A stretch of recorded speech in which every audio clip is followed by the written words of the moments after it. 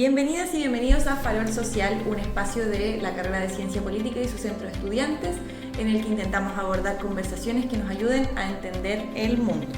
En este capítulo contamos con el profesor, el doctor Rodrigo Cuevas Osandón, quien es periodista de la Pontificia Universidad Católica de Valparaíso, magíster en estudios internacionales de la Universidad de Chile y doctor en ciencias sociales también por la misma universidad. Él es profesor asistente en el Departamento de Sociología, Ciencia Política y Administración Pública, y el día de hoy vamos a conversar acerca de la representación y los grupos de interés. Bienvenido, Rodrigo. Muchas gracias. Bueno, para empezar, ¿cómo le explicas a alguien que viene de afuera de la academia qué estudia tu proyecto y por qué decidiste investigar a la Sociedad Nacional de Agricultura? El proyecto básicamente es el estudio de un gremio específico, ya que es el gremio de los productores agrícolas, y cómo a partir de la historia y del caso de estudio de este gremio, ya un distinto actor se va adaptando, ya, y se va de alguna forma cambiando estrategias, digamos, y adaptándose a cambios estructurales muy profundos, como en este caso, el caso de estudio indica, fue la liberalización del comercio, ¿ya? La historia de esta investigación, que en realidad se conecta un poco con lo que fue el proyecto de tesis en el doctorado, ahí vas a estudiar este proceso, pero con dos gremios, ¿ya? En realidad dejó como suele un poco dejar la investigación, deja mucho más dudas que certezas, que en realidad es la excusa para seguir un poco investigando o buscando ese tema. Y en general lo que deja un poco es que un proceso tan de caso como sería el chileno, digamos, que efectivamente digamos, es catalogado como uno de los más neoliberales del mundo en cuanto duraron sus reformas y en cuanto se han extendido a lo largo del tiempo. En el caso de los agricultores, del gremio agrícola sobre todo, presentó un matiz bien interesante, que de alguna forma eran vacíos que, claro, uno tenía que entregar la tesis al doctorado, pero que de alguna forma quedaban ahí. Y básicamente ahí fue como, en el fondo, un sector, el sector económico, que generalmente es bastante identificado con la derecha, ¿ya? Generalmente los sectores agrarios se identifican con partidos más conservadores, digamos, que generalmente fueron los promotores del gobierno, de la dictadura militar, y sobre todo su programa económico, ya un programa muy desregulador y liberal en lo económico. De alguna forma se reservaron espacios donde para ellos esa reforma no aplicó.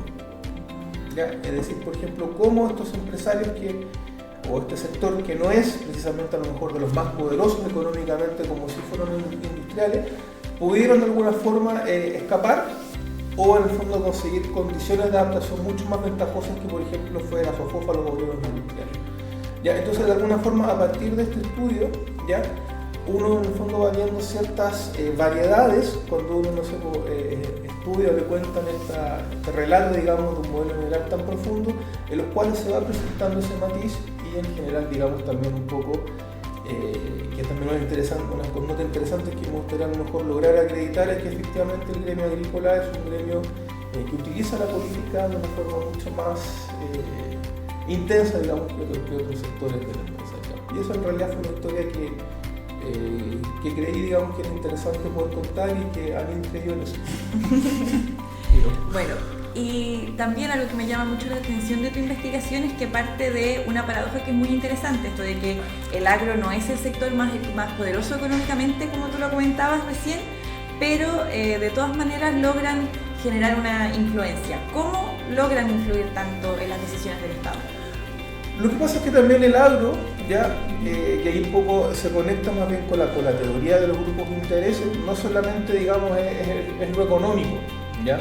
O sea, claro, uno siempre piensa el empresariado que al ser dueño del capital, de alguna forma su poder es el ejercicio del capital. Por ejemplo, no sé, pues, sobre todo en una economía financiera se nota mucho, por ejemplo, que basta que haga una corrida bancaria, por ejemplo, o vender activos puede desatar mucho.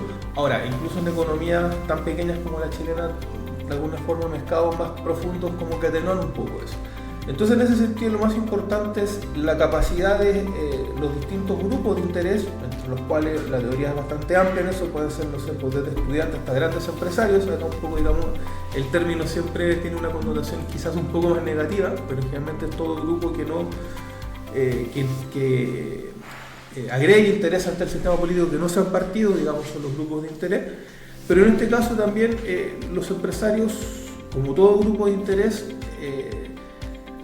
se expresan también en su capacidad de influir en el sistema político, también por los contactos que pueden hacer, por la capacidad de lobby que pueden hacer, por la capacidad de hacer, por ejemplo, que sus ideas en realidad sean tomadas como el común de la sociedad, ¿ya?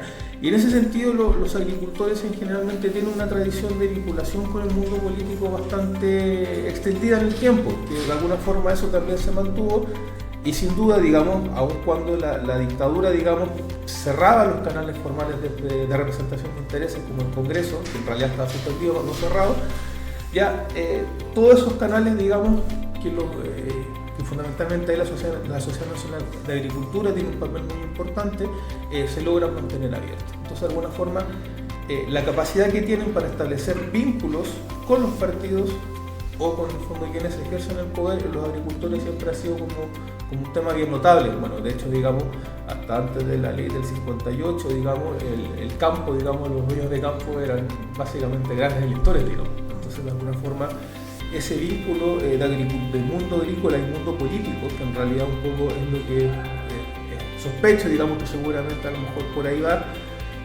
es que logran, digamos, mantener, digamos, esas ventajas comparativas que la SOCOFA no tuvo.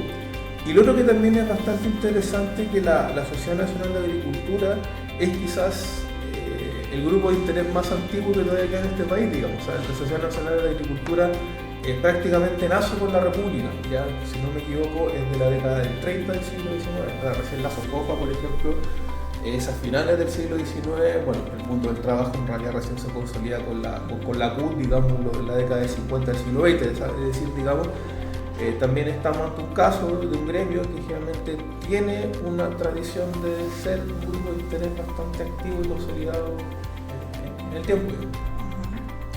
También muchas veces tendemos a pensar que las decisiones económicas van principalmente guiadas por criterios técnicos o por un ideal tecnocrático.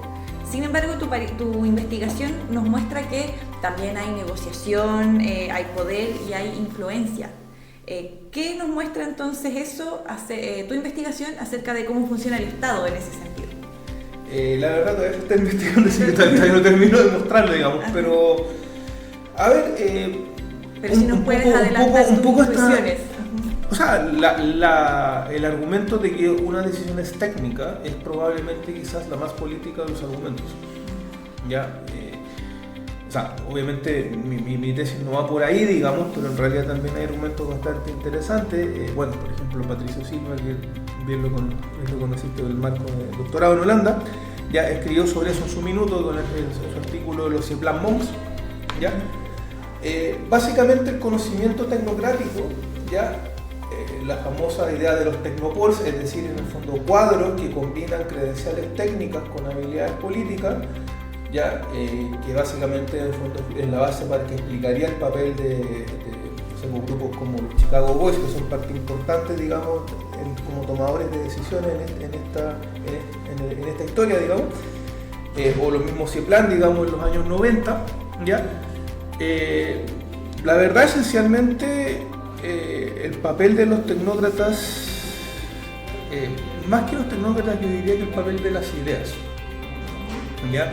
Hay ideas que de alguna forma en el fondo hacen sentido cuando se transforman en planes de acción o en guía en la definición de ciertas políticas, y de alguna forma la política toma un poco ese paraguas y ejerce sus decisiones. Ahora, no siempre, digamos, siguiendo estrictamente los dictados que digna la doctrina, ¿ya? Ahora, en el caso de la dictadura militar y sobre todo, digamos, después de la concertación de los 90, eso sí fue muy determinante, ¿ya? Entonces, claro, a lo mejor entonces, claro, un poco, o sea, igual hay todavía historias que no las voy a vincular ahora con lo que vemos hoy día, digamos, sobre todo, digamos, de alguna forma en una versión bastante más rudimentaria, que un poco lo que pretende, digamos, hacer el ministro Quirós, que de alguna forma es volver, digamos, a volver a ser el Foxley de los 90 sin ser Foxley, o sin ser el Vige del año 85 sin ser Vige, ¿no? Pero lo que sí, un poco volviendo a esa idea antes que se me vaya la idea que quería desarrollar, ya es que esencialmente lo que de alguna forma insinúa ya que la política importa mucho, ya, es decir, de hecho de alguna forma, gracias a la acción política, por ejemplo, que hacen los agricultores, es que por ejemplo el Estado, la dictadura militar, por ejemplo, establece concesiones a los agricultores que ningún otro gobierno, digamos, se lo habría dado, mucho menos, digamos, la concertación o para que un gobierno de derecha, como por ejemplo subsidios a la compra de trigo, ya que de hecho Chile lo tuvo que retirar por un fallo adverso ante la OMC del año 2003, la Organización Mundial de Comercio. O sea, es decir, por ejemplo, logra cosas que los agricultores nunca lograron. Bueno, otros sectores no lograron. Bueno, también, ya lo hemos estado conversando de alguna forma durante todo este rato, pero en tu proyecto aparece constantemente la idea de grupo de interés. Y para dejárselo claro a nuestros auditores y televidentes, quisiera saber o que nos explicaras qué son exactamente los grupos de interés y cómo operan en la política chilena, desde lo que tú has podido ya estudiar. No, el grupo de interés es un tópico dentro de la ciencia política que en realidad es bastante, no hay algo nuevo completamente, ni mucho menos. O sea, de hecho, los primeros conceptos sobre grupos de interés del siglo XIX con Arthur Bentley, principios del siglo XX, ¿ya? Básicamente, el grupo de interés se entiende como todo ente colectivo, ¿ya? Que de alguna forma intermedia o agrega sus intereses ante el sistema político, ¿ya? Pero que no participan de la contienda electoral. ¿Ya? Y por eso es que generalmente en ese paraguas conceptual ya cabe en cualquier grupo, digamos, que organice su demanda de sus intereses o lo que quiere hacer valer, digamos, ante el sistema político por esos medios, ¿ya? Ahí básicamente un poco depende si es una acción espontánea de distintos grupos que compiten por ese interés que se vea representado ante el sistema político, ¿ya? Que por ejemplo, no sé, la capacidad de movilización, por ejemplo, la capacidad, no sé, de influir en el debate público, digamos, ¿ya? Por ejemplo, no sé, ante una reforma, por ejemplo, tributaria, los empresarios, por ejemplo, digan que esto va a traer inversión, no sé, otro grupo que diga no, que en realidad esto es solamente para los más ricos. O sea, en esa puja de intereses, por ejemplo, compiten entre sí. Hay otra visión que es más cercana a estados europeos occidentales, sobre todo, ya que toma algunos elementos del corporativismo italiano, digamos, del año 30 y lo enfatiza en el nuevo corporativismo, es que de alguna forma el Estado genera espacios institucionales donde se encuentran estos grupos. Ya, por ejemplo, lo que ocurre en la negociación interramal, por ejemplo, en Alemania, no sé si en Holanda todavía, digamos, pero en algún minuto sí, ya. Lo más cercano a lo mejor que tuvimos de eso, en una versión muy latinoamericana, no una versión europea, digamos, por ejemplo, fue el peronismo argentino. ¿Ya? Entonces, más o menos, digamos, como un poco las formas de estudio son como básicamente en esos grupos, ¿ya? Ahora, también dentro de lo que son los grupos de interés, por ejemplo, desde otras perspectivas, por ejemplo, otros grupos, que en realidad, no sé, el término grupo de interés no es muy popular, digamos, no le gusta mucho. Por ejemplo, se ha enfatizado, por ejemplo, que no son por intereses específicos, sino que se mueven, por ejemplo, por causas que van más allá de un interés. Entonces, en ese sentido, por ejemplo, aun cuando en la práctica, en la política diaria operen como tales, por ejemplo, para abordar, por ejemplo, el movimiento feminista, el movimiento ambiental, por ejemplo, el movimiento más cercano a pueblos originarios, por ejemplo, a demandas que serían más bien del tipo postmateriales, él generalmente también los encapsula o se complementa con la visión del movimiento social. Ya generalmente el grupo de interés tradicional son empresarios, trabajadores, digamos, pero más o menos todo se funciona. ¿En qué expresión tiene eso? Generalmente hay estudios que también tienen que ver con cómo se integran las demandas con el sistema político, pero hay otros que se enfocan más en las acciones que estos realizan. Por ejemplo, no sé, los trabajadores hacen más protestas o más huelga, por ejemplo, los empresarios, por ejemplo, amenazan con cortar la inversión, digamos.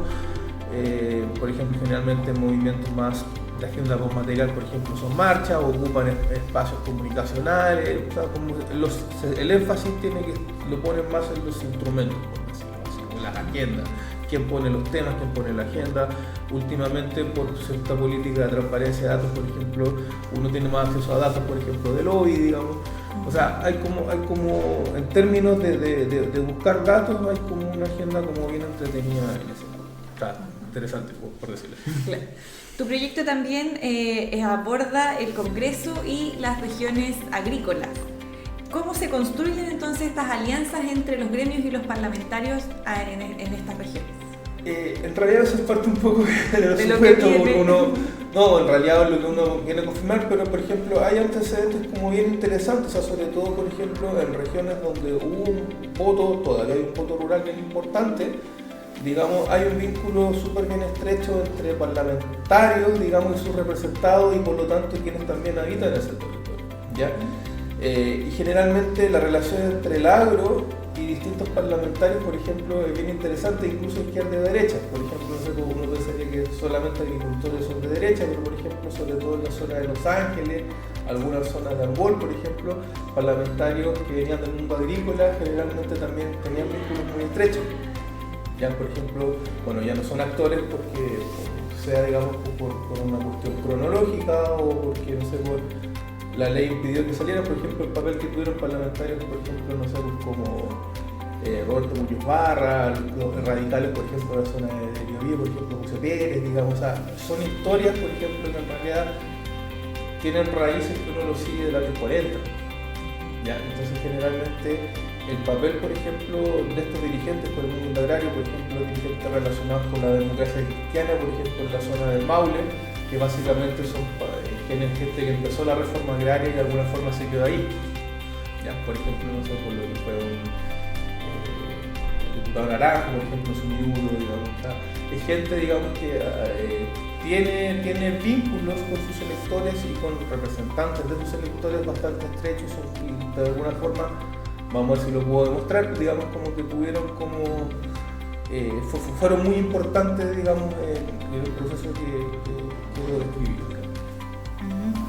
También, en otro aspecto de los que abordas en tu investigación, cuando hablamos de lobby en Chile, muchas veces uno se queda en la caricatura o en los escándalos, pero desde la investigación científica, ¿cómo se estudia la influencia empresarial?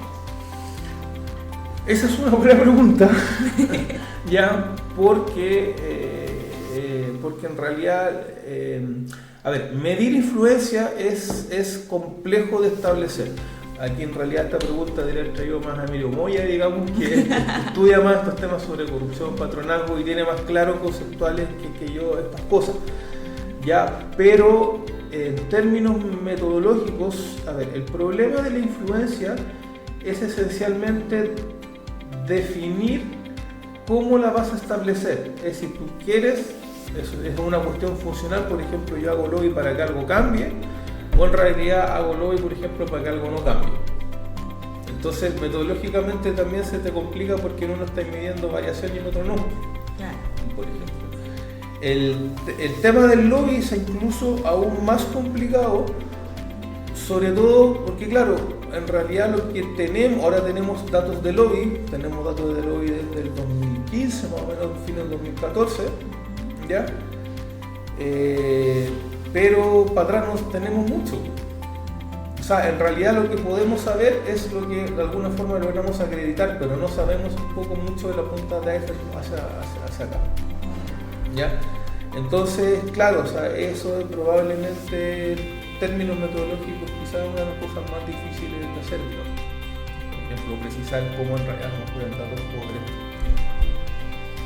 Y entrando también en el corazón de tu investigación, ¿tú crees que el caso de la Sociedad Nacional Agrícola nos puede ayudar a entender fenómenos más amplios en la economía chilena o en el modelo económico del país? Mira, ahí en realidad, si tú me hubieras preguntado cuando envié el proyecto, ahora como ya está aprobado, digamos, lo puedo decir, digamos, no le tenía tanta fe. Digamos, para serte como honesto, digamos, en el sentido que... Ahora, lo que sí un poco me ha ayudado, digamos, indirectamente me ha ayudado un poco que el mundo está dado vueltas patas para arriba, digamos, que de alguna forma te abre otras perspectivas.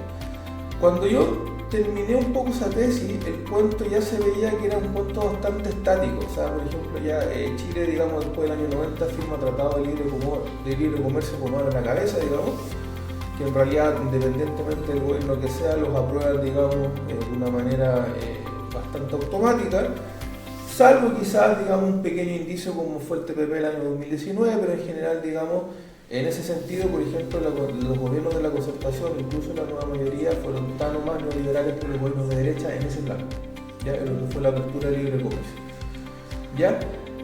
Pero algo de eso empezó un poquito a cambiar, digamos, ¿ya?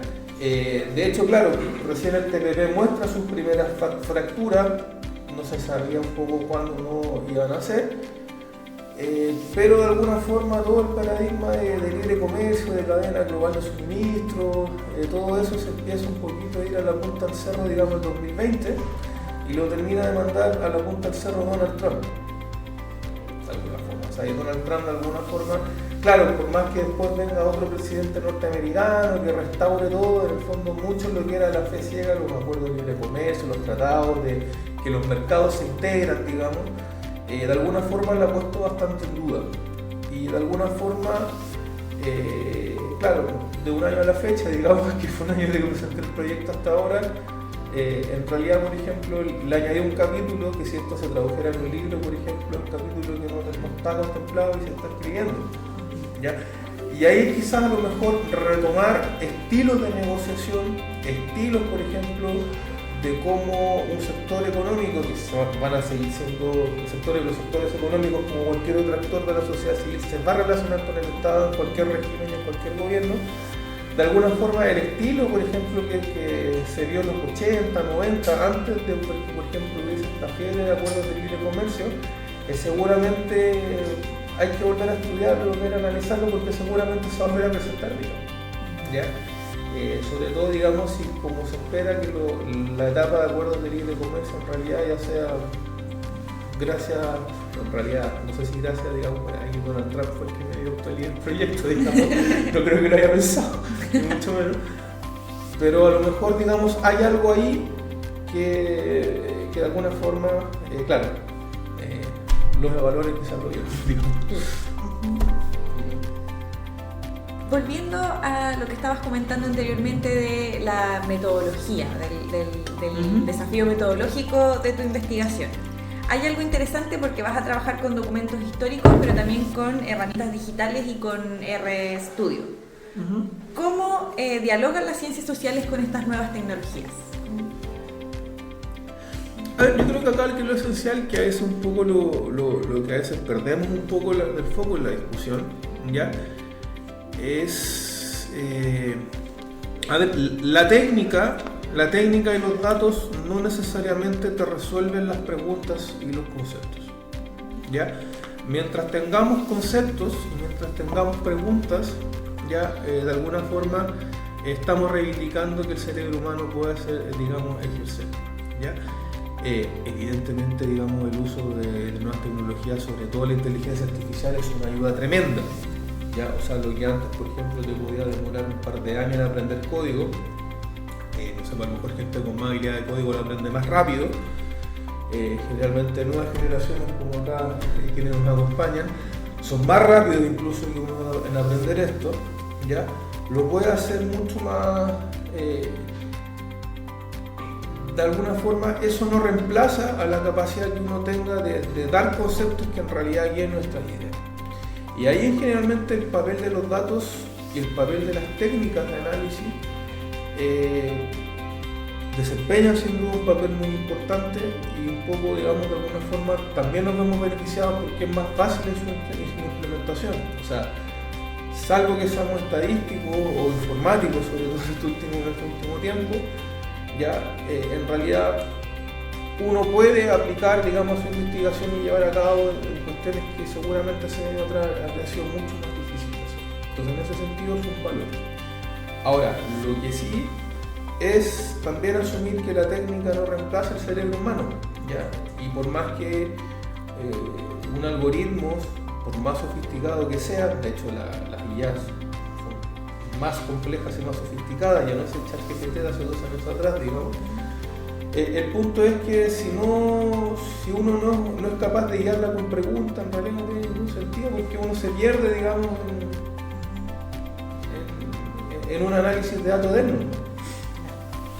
Entonces, si todo el tema de poder pensar conceptos y después discutirlo, digamos, por lo que uno vaya encontrando, en realidad, sin duda termina siendo la clave, sino en realidad ahí es cuando un poco la ciencia se nos volvería un poco inútil y tendría cierto asidero afirmaciones como la del presidente, digamos, unos días, que básicamente hacer todas cosas para que quede un librito y nada más, digamos, ¿ya? Creo que en el fondo, mientras uno mantenga la capacidad de discutir su investigación, de plantearla y en el fondo analizarla críticamente con la evidencia científica, y que uno pueda apoyarse, digamos, con lo que facilita el análisis, digamos, de la nueva tecnología, yo creo que puede ser una relación virtuosa. Ahora quiero hacerte la pregunta del público, preguntas que nos han enviado las personas que nos escuchan. ¿Qué significa, la pregunta del público es, ¿qué significa para un académico adjudicarse un proyecto Fondesit de iniciación y cómo es realmente el trabajo cotidiano detrás de un proyecto de este tipo? Honestamente, la verdad, una alegría bien grande porque tienes plata para poder utilizar durante 3 años. ¿Ya? Puedes comprarte libros, puedes viajar, digamos. Y en desarrollar tus propias ideas. Claro, o sea, en realidad eso está súper bien, digamos. Tienen la posibilidad, por ejemplo, de que la gente que trabaje contigo pueda de alguna forma retribuirla. O sea, es un reconocimiento que sin duda es bastante importante y se agradece. Por supuesto, también es una cierta dosis al ego que mientras se maneje bien está bien, digamos. Pero es algo que se agradece y una gran alegría, sobre todo cuando reciben la noticia.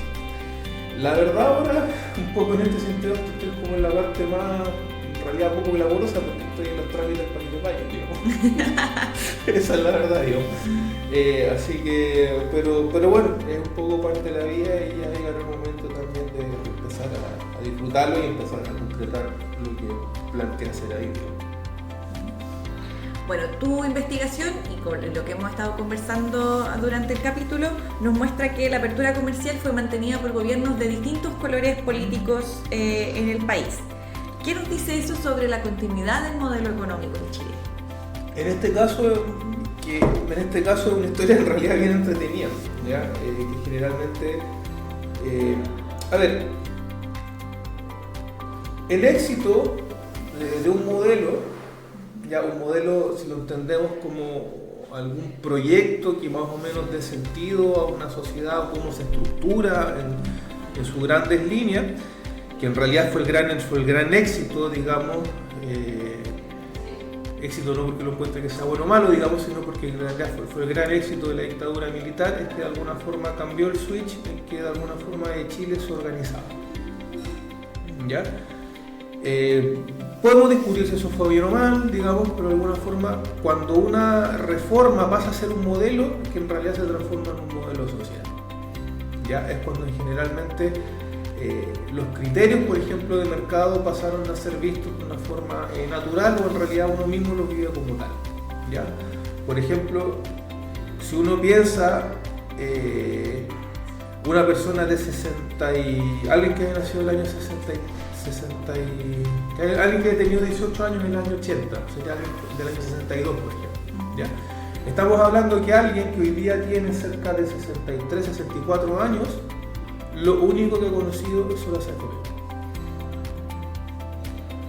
Por ejemplo. O sea, el mundo que alguna vez conoció algo distinto a eso es un mundo que de alguna forma ha ido desapareciendo por una cuestión etaria o por una cuestión, o incluso, no sé, por la gente de más de esa edad, seguramente tarde o temprano terminó en el sistema, por ejemplo, de Hacienda. ¿Ya? Entonces, por ejemplo, es cuando algo ya es algo completamente natural y parte en realidad de tu vida. ¿Ya? Es en realidad, por ejemplo, el éxito de un modelo neoliberal no es tanto a lo mejor la reforma económica como uno la pensaría a la Milton Friedman, sino más bien a la Gary Becker. Ya que es cuando en realidad las decisiones, un poco basadas en esta lógica, de alguna forma quedan de alguna forma impregnadas. ¿Ya? De hecho, creo que en una frase, no me acuerdo dónde la leí, se la escuché en algún programa, seguramente la escuché en un programa, que es una frase que se le atribuye a Margaret Thatcher cuando le preguntan cuál fue su principal éxito. Ya Margaret Thatcher, que fue una activa promotora de la reforma a la Chicago Boys, pero no con la profundidad de los Chicago Boys. Cuando a Margaret Thatcher le preguntaron cuál fue su mejor herencia o su mayor acierto, creo que la pregunta fue cuál fue su mayor acierto, ella respondió Tony Blair, por el líder laborista británico. De alguna forma la concertación fue Tony Blair. Claro. Y que ojo también, la nueva mayoría o incluso el Frente Amplio los continuó sin ningún problema. De hecho el pobre José Miguel Ahumada, que conozco, digamos, prácticamente trató de hacer una voz un poco disidente y al poco tiempo, digamos, ya estaba fuera de la Subsecretaría de Relaciones Económicas Internacionales y volvió al orden, digamos. En ese sentido, ¿tú crees que los gremios siguen teniendo la misma capacidad de influencia que en décadas anteriores? Buena pregunta. A ver, esto también un poco es parte del capitalismo como está ahora, ¿ya? Y sobre todo características que se acentúan un poco para el caso chileno, que en realidad los grandes actores más que los gremios son los grupos económicos. Y sobre todo en economías como la chilena, los grupos económicos en realidad son familias. Y son familias que en realidad no están en un solo sector, sino que pertenecen, por ejemplo, a un solo sector. Entonces, claro, si nosotros pensamos en una economía o en un país de las dimensiones de Chile, en los cuales nosotros solamente, yo sé que la comparación no es la correcta, pero de alguna forma no sirve para mencionar esto, pero si pensamos, por ejemplo, en familias, como por ejemplo la familia Luxich, cuya fortuna representa porcentualmente, valga la redundancia, porcentajes importantes de la economía chilena, cerca del 20% por lo menos. Ya, si uno compara el Forbes, digamos, con su peso en el Forbes con la economía chilena, si una familia llega a representar el 20% de la economía nacional,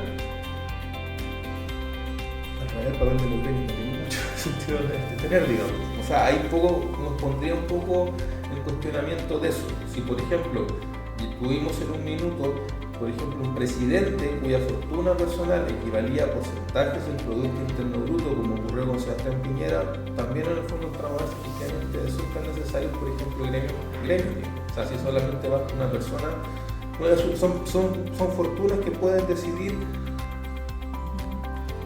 digamos, con su dinero cuestiones importantes de eso. Si, por ejemplo, cuando a Piñera se le criticaba que no vendía sus acciones, en realidad porque se las vendía tan rápido provocaba un problema en la economía chilena deshacerse de esa cantidad de plata, o sea, llegaba a ser, digamos, problemas de ese estilo. Entonces, en ese sentido, claro, cuando vemos un capitalismo, por ejemplo, cada vez más concentrado, uno podría pensar que los gremios no tienen mucha razón de ser, ¿ya? Pero, y si aquí un poco introduce el pero, muchas veces también los gremios sirven para hacer viables políticas o para tener apoyos que en la sociedad puedan dar, que el Estado pueda recibir en sus políticas apoyos de la sociedad, ¿ya? De hecho, por ejemplo, hay una tradición que indica, por ejemplo, que muchas veces los gremios son impulsados por los propios gobiernos. Por ejemplo, durante la época de Acuerdo de Libre Comercio, por ejemplo, hay gremios de productores lácteos que se crean, por ejemplo, cuando se negocia, por ejemplo, en determinados acuerdos, como por ejemplo la Unión Europea. Por ejemplo, un gremio histórico de los grandes, la Cámara Chilena de la Construcción, fue impulsado por los gobiernos, si no me equivoco, el gobierno de González Vidal. Entonces, claro, es todavía una cuestión importante por las dinámicas del capitalismo, pero digamos todavía es una historia que no esté determinar se describir.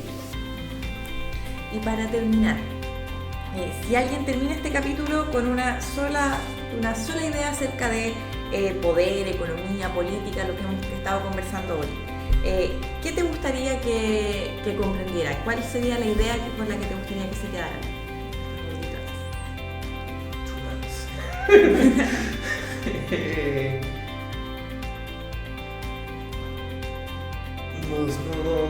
No sabría responder así tan específicamente. Si me puede ayudar, digamos, como con una idea, con una pregunta, ¿puede ser? Puede ser cómo podemos observar o con qué perspectiva nos podemos quedar respecto de la representación y el lobby, por ejemplo. A ver, que en realidad muchas veces, como casi muchas cosas en la vida, no quedarse nunca con la primera impresión. Ya, a ver, muchas veces en el fondo uno tiene que seguir indagando para tener una versión un poco más completa de la historia, nunca en el fondo quedarse con la idea que el planteamiento que hace cualquier grupo es 100% beneficio general, digamos, sino que también hay un interés detrás, ¿ya?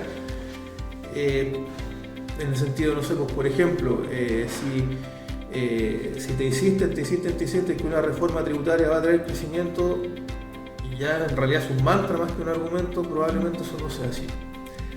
Pero por otro lado, tampoco un poco caer en el salfatismo extremo, digamos, en el sentido de buscar conspiración por todos lados.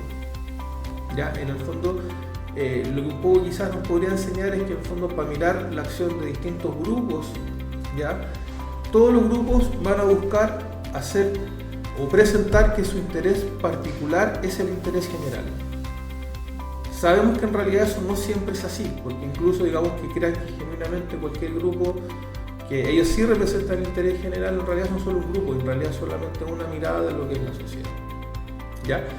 Pero por otro lado, también en el fondo hay que dar ciertas chances que efectivamente hay grupos que no necesariamente hacen estas cosas por motivos oscuros, digamos, o por una conspiración, no sé, de poderes malignos, digamos, sino, por ejemplo, ahí caemos en el salfatismo extremo, digamos. Entonces quizás eso sería, en el fondo, que uno pudiera tener como un ojo crítico, digamos, de lo que pasa, pero también en el fondo con un ojo un poco más abierto a que de alguna forma lo que uno cree en realidad pueda estar equivocado. En realidad un poco es cualquier principio, cualquier cosa que uno quiera investigar. Muchas gracias, Rodrigo, por tu participación, muy interesante tu tema. Muchas gracias a ustedes, Y bueno, con eso finalizamos entonces el capítulo de hoy de Farol Social. Recuerden seguirnos en nuestras redes sociales y nos vemos en un próximo capítulo.